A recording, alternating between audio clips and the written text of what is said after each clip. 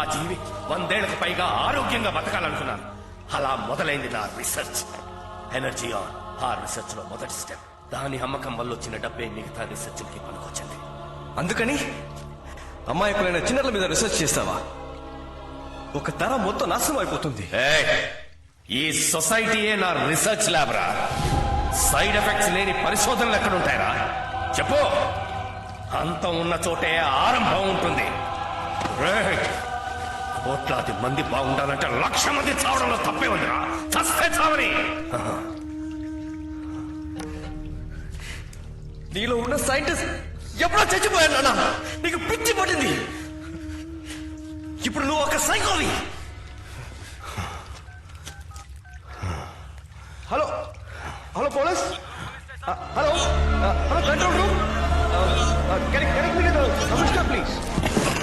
Hello, can you hear me?